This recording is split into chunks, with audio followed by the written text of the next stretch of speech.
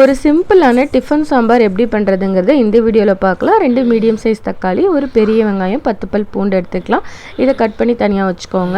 அப்புறம் துவரம் பருப்பு, பாசி பருப்பும் உங்களுக்கு சாம்பாருக்கு தேவையான அளவுக்கு அலசிக்கோங்க. நான் வந்து 1 கப் துவரம் பருப்பு எடுத்திருக்கேன். அதில் 1/4 கப் வந்து பாசி பருப்பு எடுத்திருக்கேன். இதை நல்லா வாஷ் பண்ணிவிட்டு நம்ம கட் பண்ண வெஜிடபிள்ஸ் இதோடு சேர்த்துக்கலாம்.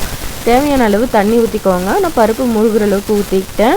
அதுக்கப்புறமா மஞ்சள்தூள், பெருங்காயத்தூள், ஜீரகம் இதை வந்து சேர்த்துக்கோங்க. கல்லுப்பு சேர்த்துக்கோங்க.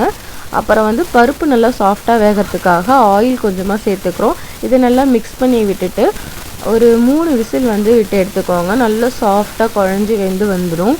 இப்போ வந்து விசில் இறங்கினதும் பருப்பை வந்து நல்லா மசிச்சிக்கலாம். தக்காளி நல்லா வந்து மசிச்சு எடுத்துக்கோங்க. அப்போ தான் வந்து சாம்பாருக்கு வந்து சூப்பரான டேஸ்ட் கொடுக்கும். நல்லா தக்காளியை மசிச்சிடுங்க. அப்போ தான் வந்து சின்ன பசங்கள்லாம் தக்காளியை வந்து பொறுக்கி வச்சுட்டு ஓரமாக எடுத்து வச்சுட்டு சாப்பிட மாட்டாங்க. இப்போ வந்து சாம்பாருக்கு தேவையான அளவுக்கு நம்ம தண்ணி சேர்த்துக்கலாம். இதை நல்லா கலந்து விடுங்க. இது வந்து ஒரு பக்கம் லோ ஃப்ளேமில் கொதிச்சிட்ருக்கட்டும். இப்போ நம்ம சாம்பார் தாளிச்சிக்கலாம்.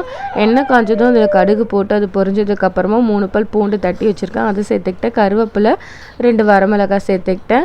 ஒரு பெரிய வெங்காயம் சேர்த்துக்கிட்டேன். இது நல்லா வதக்கிறதுக்காக கொஞ்சம் கல்லுப்பு சேர்த்துக்கிட்டேன். இதை நல்லா வதக்கிக்கலாம். இந்த மாதிரி தாளிக்கிறப்ப சாம்பார் இன்னுமே மணமாகவும் டேஸ்ட்டாகவும் இருக்கும். இப்போ வந்து கொஞ்சம் பெருங்காயத்தூள், அப்புறமா வந்து 2 ஸ்பூன் சாம்பார் தூள் சேர்த்துக்கிட்டேன்.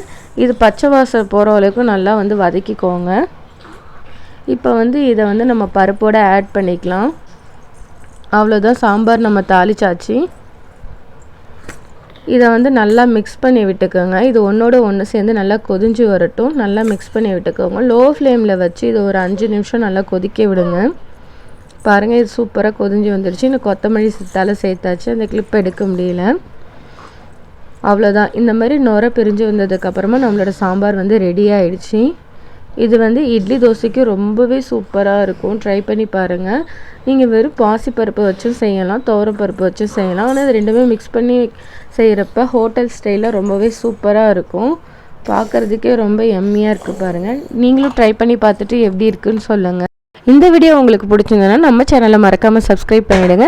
இந்த மாதிரி ஈஸியான ரெசிபீஸ் வேணும் அப்படிங்கிறவங்க கமெண்ட்ஸில் சொல்லுங்கள். இதேமாரி புது வீடியோவோட நம்ம நாளைக்கு பார்க்கலாம் ஃப்ரெண்ட்ஸ். இன்றைக்கி நைட்டு டின்னருக்கு தோசையோடு வந்து இந்த வீடியோவை முடிச்சுக்கிறேன். இன்னொரு வீடியோவில் பார்க்கலாம். மறக்காமல் சப்ஸ்கிரைப் பண்ணிவிடுங்க, லைக் பண்ணிவிடுங்க, ஷேர் பண்ணிவிடுங்க.